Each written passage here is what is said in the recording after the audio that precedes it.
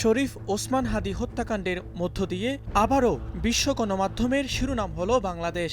হত্যাকাণ্ডের পর সম্ভাব্য আসামিদের ভারতে পালিয়ে যাবার গুঞ্জনকে ঘিরে ফের ধাক্কা খেল বাংলাদেশ ভারত সম্পর্ক। বিশেষ করে পাল্টাপাল্টি হাইকমিশনারকে তলবের পর সম্পর্ক এখন অবনতিশীল বলেই মনে করছেন বিশ্লেষকরা। বাংলাদেশের রাজনৈতিক পট পরিবর্তনের পর সাবেক প্রধানমন্ত্রী শেখ হাসিনার ভারতে আশ্রয় পাবার ঘটনাকে কেন্দ্র করে এই টানাপোড়েনের সূচনা। বিষয়গুলো নিয়ে স্টার নিউজের সাথে কথা বলেছেন সুইডেনের উপসালা ইউনিভার্সিটির শান্তি ও সংঘর্ষ বিভাগের অধ্যাপক অশোক সোয়াইন। তার মতে, হাদি হত্যাকাণ্ড দুই দেশের দ্বিপাক্ষিক সম্পর্ককে আরও জটিল দিকে নিয়ে গেছে। শেখ হাসিনার পতনের পর থেকে বাংলাদেশ ভারত সম্পর্ক নাজুক। ওসমান হাদির হত্যাকাণ্ড এই সম্পর্কে আরও বিপজ্জনক পর্যায়ে ঠেলে দিয়েছে। হাদি কেবল একজন রাজনৈতিক কর্মী ছিলেন না, তিনি জুলাই গণ অভ্যুত্থান ঘটানো একটি প্রজন্মের প্রতিনিধি ছিলেন। তার মৃত্যু ন্যায় বিচার, সার্বভৌমত্ব ও বহিরাগত হস্তক্ষেপ নিয়ে জমে থাকা ক্ষোভের কেন্দ্রবিন্দুতে পরিণত হয়েছে। বাংলাদেশ ভারত সম্পর্কের দিকে নজর রাখা আরেক বিশ্লেষক অধ্যাপক শ্রী রাধা দত্ত স্বীকার করছেন, হাদি হত্যাকাণ্ড দুই দেশের সম্পর্কে প্রভাব ফেলেছে। স্টার নিউজের সাথে কথা বলেছেন এই বিশ্লেষক।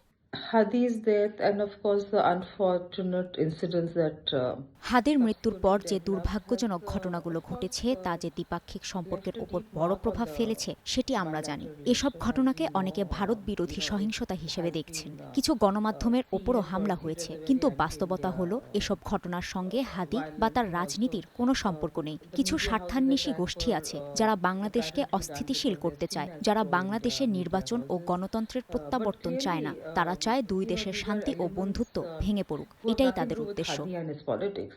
There are elements who want to destabilize Bangladesh, who don't want elections in Bangladesh. ভরসা পেতে নিজেকে হতে হয় পাতের মতো দৃঢ়, ঠিক যেমনটা জেরুসালেম। উত্তেজনার মধ্যে আরও তিক্ততা বাড়াচ্ছে অপতথ্য। অধ্যাপক অশোক সোয়াইন এতে দায় দিচ্ছেন ভারতীয় সংবাদ মাধ্যমের। পরিস্থিতিকে আরও অস্থিতিশীল করে তুলেছে ভারতের গণমাধ্যমের একটি বড় অংশ।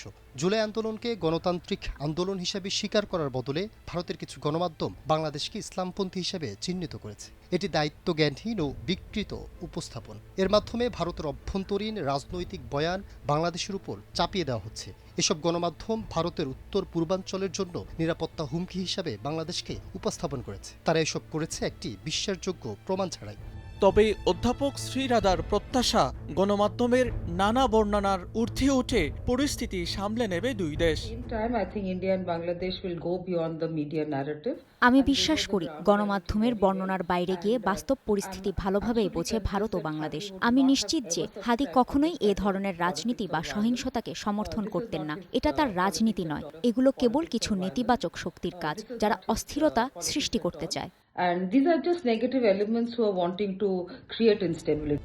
ধারণা করা হচ্ছে ওসমান হাদি হত্যায় অভিযুক্তরা ভারতে পালিয়ে গেছে। এমন ধারণা তার সমর্থকদের মধ্যে ব্যাপক ক্ষোভের জন্ম দিয়েছে।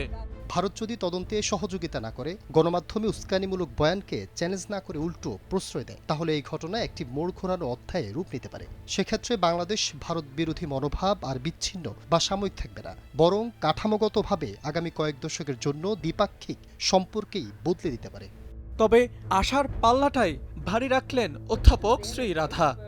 I think India and Bangladesh are very mature nations. আমি মনে করি দুই দেশই অত্যন্ত পরিণত রাষ্ট্র।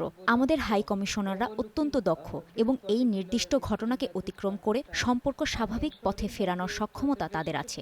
হ্যাঁ, এই মুহূর্তে বিষয়টি দুর্ভাগ্যজনক এবং এমন কিছু অপ্রত্যাশিত ঘটনা ঘটেছে যা দুঃখজনকভাবে বাংলাদেশের প্রশাসন পুরোপুরি নিয়ন্ত্রণে রাখতে পারেনি। আমি মনে করি দুই দেশ এতটাই পরিণত যে তারা বিষয়টি বুঝবে এবং এর ঊর্ধ্বে উঠতে সক্ষম হবে। আমি সবসময় বলে আসছি, নির্বাচন পরবর্তী সময়ে ভারত ও বাংলাদেশ তাদের দ্বিপাক্ষিক সম্পর্ককে নতুন করে পুনর্গঠন করতে পারবে।